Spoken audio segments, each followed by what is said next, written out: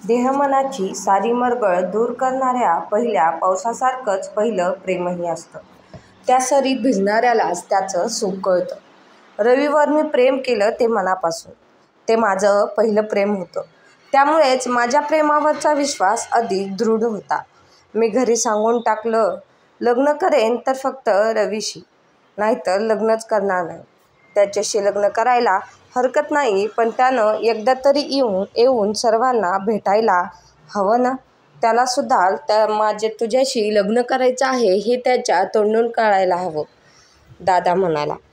त्याच्या बोलण्यातला खोचकपणा आणि रवीविषयी नाराजी मला खटकली. हो, मला कळतंय तुला काय म्हणायचं आहे ते. त्याला हिरो व्हायचंय, तेवढ्यासाठीच तो दिवसरात्र स्टुडिओच्या चकरा मारतोय. बस एक ब्रेक मिळू देत, त्याचं इतकं नाव होईल की लोक डोळे विस्फारून बघत राहतील. तेवढ्यासाठीच तो मुंबईला गेलाय.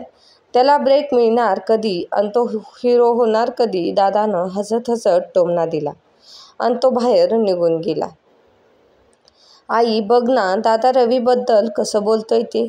पण बघाल तुम्ही, एक दिवस तो खूप मोठा कलाकार म्हणून नाव काढेल. बोलता बोलता मला रडू फुटलं. रडू नकोस बाळा, तो हिरो बनेलही, पण आत्ता या क्षणी तो काय करतोय? बाबांनी चहा घेताना विचारलं. या प्रश्नावर माझ्याकडे उत्तर नव्हतं, कारण तो मुंबईत नक्की कुठं आहे आणि काय करतोय हे मला तरी कुठं त्यानं सांगितलं होतं. तुझ्या हिरोबद्दल तुलाच ठाऊक नाही आणि तू त्याच्याशी लग्न करायला निघाली आहेस. अगं, आम्ही जो मुलगा तुझ्यासाठी निवडला आहे तो एकदा बघ. रूप, गुण, संस्कार, स्वतःचा व्यापार, उत्तम कौटुंबिक पार्श्वभूमी, सगळंच तुला आणि आम्हाला साजेसं आहे. आईबाबांनी परोपरीने समजावलं आणि मी समीरशी लग्न करून संसाराला लागले. त्याआधी मी एकदा मुंबईला जाऊन रवीचा शोध घेण्याचाही विचार केला होता. पण मुंबईत मी त्याला कुठं आणि कसे शोधणार होते? फार असह्य वाटलं मला. मनात रवी होता, शरीर फक्त समीरच्या मालकीचं होतं. समीरशी लग्न झालं. त्याच्या घरात, कुटुंबात आणि समीरच्या आयुष्यात मला मानाचं स्थान होतं. घराची स्वामिनी म्हणून, पत्नी म्हणून जे माझ्या हक्काचं होतं ते सगळं मला समीरने दिलं. पती म्हणून तो कुठं कमी पडला नाही, पण मी मात्र मनात रवी असल्यानं समीरला न्याय देऊ शकले नाही. हनीमूनसाठी आम्ही मसुरीला गेलो होतो. माल रोडवर भटकत असताना अवचित पाऊस पडायला लागला. समीरला पावसात भिजायला फार आवडतं हे मला तेव्हा कळलं. तो पावसात भिजत होता, मी मात्र आडोसा बघून स्वतःला पावसापासून वाचवत होते. नेहा, ये ना, बघ पावसात भिजायला किती मजा येते, समीर म्हणाला. नको गं बाई, उगीच गारवा बांधायचा, तूच ये इथं, मी म्हणाले. डार्लिंग, गारठ्याचं काय घेऊन बसलीस? अगं, तुला मिठीत घेऊन इतकी उब देईन की तू अक्षरशः वितळशील. ये पटकन. समीरनं मला उडून पावसात उभं केलं. त्यांचं बोलणं ऐकून जवळपास उभी असलेली टुरिस्ट मंडळी हसायला लागली. मी लाजून चूर झाले. आम्ही पावसात मनसोक्त भिजलो. मला तर थंडी बाधली नाही, पण समीरला मात्र त्रास झाला. तो गोळ्या घेऊन, स्वेटर घालून पांघरुणात गुडूप झोपला. मी मात्र रवीच्या आठवणीनं तळमळत होते.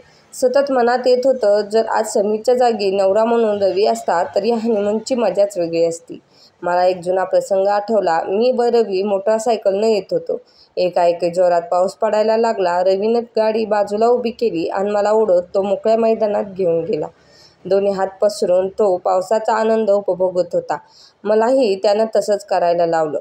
प्रथम मी संकोचले, मग मुक्त मनानं हात पसरून पावसाचं स्वागत करत मनसोक्त भिजले. पाऊस कमी झाला तेव्हा प्रथम आम्ही जवळच्या चहाच्या टपरीवर जाऊन गरमागरम चहा घेतला.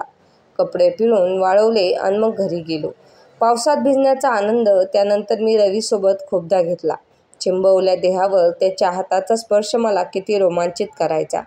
रवीची आठवण सतत मनात असल्यामुळे मी समीरशी कधी मोकळेपणानं वागू शकले नाही. आमच्या दोघांमध्ये सतत रवी आहे असं मला वाटायचं.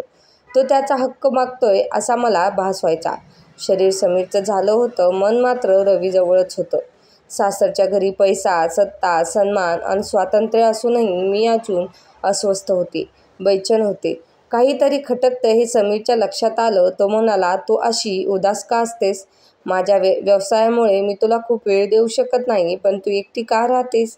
घराबाहेर पड, मित्रमैत्रिणी मिळव, ग्रुप तयार कर, तुलाच उत्साह वाटेल, नवं काही बघायला शिकायला मिळेल. ती कल्पना मला आवडली. मी आमच्या सोसायटीच्या BC ग्रुपची मेंबर झाले. 1-2 अजून ग्रुप जॉईन केले. नव्या वातावरणात, नव्या ओळखीमुळे मी खरंच बदलले. मनातली निराशा कमी होऊ लागली. हा बदल मला मानवला. एव्हाना आमच्या लग्नाला 6 वर्षे झाली होती. माझा मुलगा बंटी 4 वर्षाचा होता. आयुष्य एखाद्या शांत नदीप्रमाणे वाहत होतं. पण ही शांतता फार काळ टिकली नाही. रवी पुन्हा माझ्या आयुष्यात आला. समीर आणि मी सिनेमाला जाणार होतो, पण अचानक समीरला काही काम आलं आणि मी एकटीच सिनेमाला गेले. तिकीटं काढलेली होती. मी गाडीतून टॉकीजपाशी उतरले आणि समोरच रवी दिसला. दोघंही स्तब्ध होऊन एकमेकांकडे कितीतरी वेळ बघत होतो. मी स्वप्न बघतेय का मी मलाच चिमटा घेत प्रश्न केला. खूपच स्वप्नच असावं. रवीचा कंठ दाटून आल्यासारखं वाटलं मला. आम्ही दोघं गर्दीपासून जरा लांब जाऊन उभे राहिलो. होताच कुठं? फोन नाही, पत्र नाही. मी वेड्यासारखी वाट बघत होते. मला रडूच यायला लागलं. रवीही दाटल्या कंठानं म्हणाला, "नेहा, एक क्षण तुझ्या आठवणी वाचून गेला नाही. माझं शरीर फक्त माझ्याजवळ होतं, मन तर तुझ्याच पाशी होतं." काही क्षणातच आम्ही स्वतःला सावरलं. रवी म्हणाला, "चल आज जाऊयात. आजच्या सिनेमात माझा व्हिलनचा रोल आहे. पण खूप जबरदस्त रोल आहे." आम्ही आज जाऊन बसलो. रवीचा रोल खूपच छान होता. त्याची मेहनत त्याच्या कामात दिसत होती. मला सिनेमा आवडला. सिनेमा संपला आणि लोकांनी रवीला ओळखलं. गराडा घातला. अभिनंदनाचा त्याच्यावर वर्षाव होत होता. मी सरळ घरी निघून आले. आता मला फक्त रवी आणि रवीच हवा होता. त्याच्या 1-2 पिक्चरची शूटिंग सुरू होती. मी तिथंही त्याच्याबरोबर जाऊन आले. त्याचा रिकामा वेळ माझ्याबरोबरच तो घालवत होता. माझी इच्छा होती त्यानं एकदा तरी समीरला भेटावं, पण त्याची अजिबात इच्छा नव्हती. "माझ्या शत्रूचं नाव माझ्यासमोर काढू नकोस. माझी जखम पुन्हा भळाभळा वाहू लागते. तुझ्याशी लग्न नाही करू शकलो हा माझा पराजय वाटतो मला. पण एक दिवस मी या पराभवाला माझ्या विजयात बदलेन." त्याच्या या शब्दांनी मला खूप बरं वाटायचं. रवीला मिठी मारावी असं वाटायचं, पण मनावर ताबा ठेवून वागत होते. अनेकदा मनात यायचं त्याला विचारावं की मधल्या काळात होतास कुठे? माझं लग्न झालं त्याआधी भेटला का नाहीस? पण मी नाही विचारलं. त्याला दुःखी करावं असं मला वाटत नव्हतं. एका सायंकाळी 5 वाजता मला रवीचा फोन आला. "काय करते आहेस?" "विशेष काहीच नाही. ताबडतोब ये अमुक अमुक हॉटेलात. मी वाट बघतोय." त्यानं एका पंचतारांकित हॉटेलचं नाव घेतलं. "का? अचानक काय झालंय?" "प्रश्न विचारू नकोस. एक सरप्राईज आहे." रवीच्या मी इतकी आहारी गेली होते की क्षणाचाही विचार न करता मी जायचं ठरवलं. समीर जेव्हा बिझनेस टूरवर होता, मी बंटीची तयारी करून त्याला मैत्रिणीकडे सोडलं. बऱ्याचदा तो तिच्याकडे राहायचा, कारण मैत्रिणीचा मुलगा त्याच्याच शाळेत होता. स्वतःचं आवरून मी त्या हॉटेलात पोहोचले. रवी माझी वाट बघत होता. आजच मला एक फार चांगला रोल मिळाला आहे. हा सिनेमा चांगला चालला तर मी रातोरात स्टार बनेन बघ." त्यानं मला जवळ ओढून घेत म्हटलं, "नको रवी, हे बरोबर नाही." मी स्वतःला त्याच्यापासून सोडवून घेण्याचा प्रयत्न केला. "प्रेमात सगळं बरोबर असतं. प्रेम म्हणजे प्रेम असतं. प्रेमात समर्पण गरजेचं असतं. तुझं माझं प्रेम तर किती जुनं आहे. खरं प्रेम आहे आपलं. कधीपासून आपण एकमेकांसाठी तळमळतो आहोत." त्यानं मला एका सुंदर कागदी पिशवी दिली. मी ती उघडून बघितली. आत एक सुंदर गुलाबी रंगाची नायटी होती. खोलीतल्या बेडवर गुलाबाच्या पाकळ्यांची उधळण करत त्यानं मला कपडे बदलण्यासाठी वॉशरूममध्ये पाठवलं. नायटीला येणारा गुलाबाच्या अत्तराचा सुगंध, अंथरुणावरच्या गुलाब पाकळ्यांचा गंध, खोलीतला स्वर्गीय निळसर प्रकाश आणि मंद धुंदावणारं संगीत. मी जणू स्वतःचं भान विसरले. आणि मग तेच घडलं जे फार पूर्वी घडलं असतं. शरीर तृप्त होतं, मन तृप्त होतं. प्रथमच मी इतकं सुख, अशी तृप्ती अनुभवत होते. समीरबरोबर मी अशी खुललेच नव्हते. "रवी, खरंच मी खूप तृप्त आहे." मी त्याला बिलगत म्हणाले. "अजून काय झालंय? तुला मी इतकं सुख देणार आहे जे आजपर्यंत कुणा स्त्रीला मिळालं नसेल." माझं चुंबन घेत रवी म्हणाला, "मला समीरचा हेवा वाटतो." माझी दौलत त्याच्या वाट्याला आली. "आता त्याचं नाव नको ना घेऊस." मला त्या क्षणी फक्त रवी हवा होता. सगळी रात्र मी रवीबरोबरच होते. सकाळी लवकर उठले. पटकन आवरून रवीला बाय करून हॉटेलातून निघाले. येताना बंटीला बरोबर घेतलं. तो शाळेसाठी तयारच होता. त्या लहान मैत्रिणीच्या मुलाला शाळेत सोडून मी माझ्या घरी पोहोचले. रवीबरोबर त्या रात्री शरीरसुखाचा अनुभव घेतल्यापासून माझ्या चित्तवृत्ती उल्हासित असायच्या. एकूणच मी खूप आनंदात होते. एकदा मी कुठलं तरी गाणं गुणगुणत होते. समीर म्हणाला, "इतकं आनंदात तुला कधीच बघितलं नव्हतं." मी मनोमन दचकले. सावरून घेत हसत म्हटलं, "हल्ली चांगला ग्रुप मिळाला आहे. छान काम करतोय आम्ही, त्यामुळेच." तू अशी आनंदात असलीस ना की मलाही खूप छान वाटतं, समीर अगदी मनापासून म्हणाला आणि त्यानं माझ्या कपाळाचं चुंबन घेतलं. त्या क्षणी मला रवीचीच आठवण झाली. केवळ रवीमुळे माझ्या जीवनात आनंद निर्माण झाला होता. आज दुसऱ्यांदा रवीनं मला त्याच हॉटेलात बोलवलं होतं.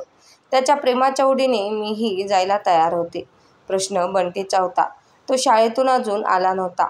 मला काळजीत बघून त्याच दिवशी माझ्याकडे राहायला आलेल्या सासूबाईंनी म्हटलं, अगं मी आहे ना इथं, मी सांभाळीन त्याला, तुझा कार्यक्रम रहित करू नकोस. त्यांचे मनापासून आभार मानत मी पटकन आवरून बाहेर पडले. रिक्षा करून सरळ हॉटेलला पोहोचले. बराबर चालत लॉबी ओलांडून रवीच्या खोलीशी आले. खोलीचा दरवाजा अर्धवट उघडा होता. दार ढकलून आत जाणार तेवढ्यात रवीच्या तोंडून माझं नाव ऐकलं. आत अजून कोणीतरी होतं. रवी आणि त्यांचं बोलणं चालू होतं. मी पटकन दाराआड झाले. हळूच बघितलं, रवी कोणासोबत बसून दारू पित होता. खोलीत सिगारेटचा धूर कोंडला होता. तुझी ती कबुतरी येणार तरी केव्हा रे? मला तर फारच तहान लागलीये तिची, दारू ढोसत तो माणूस म्हणाला. त्यानं रिकामं केलेला ग्लास पुन्हा दारूनं भरत अत्यंत नम्रपणे रवी म्हणाला, सर अगदी कुठल्याही क्षणी येईल ती. अरे पण ती तुझी गर्लफ्रेंड आहे माझ्याबरोबर ती. सर त्याची काळजी करू नका. ती माझ्या प्रेमात इतकी खुळावली आहे की माझ्या म्हणण्यासाठी काय वाटेल ते करेल.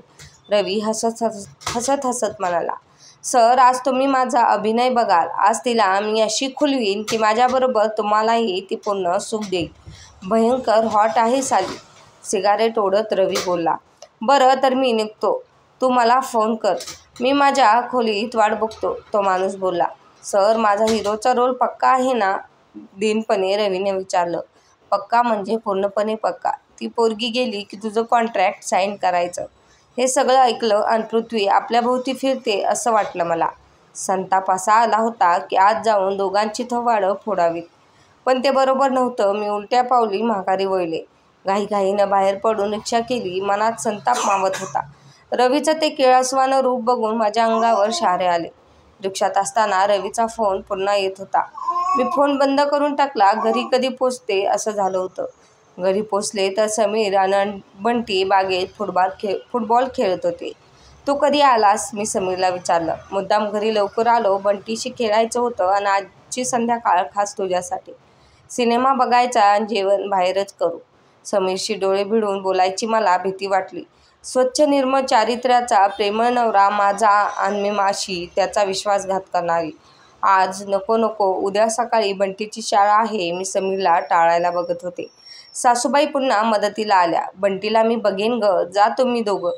माझा बिघडलेला मूड समीरच्या सानिध्यात पूर्वपदावर आला. सिनेमा बघून जेवण आटपून आम्ही बाहेर आलो. तेवढ्यात पावसाला सुरुवात झाली. गाडीचं दार उघडून आत बसणाऱ्या समीरला मी ओढून बाहेर काढलं. चल पावसात भिजूयात, मी म्हटलं. तेव्हा त्यानं आश्चर्याने माझ्याकडे बघितलं. आम्ही दोघं मनसोक्त पावसात भिजलो. आता माझं मन आणि माझा देह एकदम स्वच्छ होता. मनातला संताप आता निवळला होता. विषाद दूर झाला होता. आता फक्त प्रेमच प्रेम होतं मनात समीरविषयी. मी अंतर्बाह्य बदलले होते. जणू पुनर्जन्म झाला होता. समीरनं मला मिठीत घेत माझ्या ओठांचं चुंबन घेतलं आणि मला जाणवलं त्याचाच अधिकार आहे माझ्या मनावरही. आता रवी माझ्या आयुष्यातून हद्दपार झाला होता.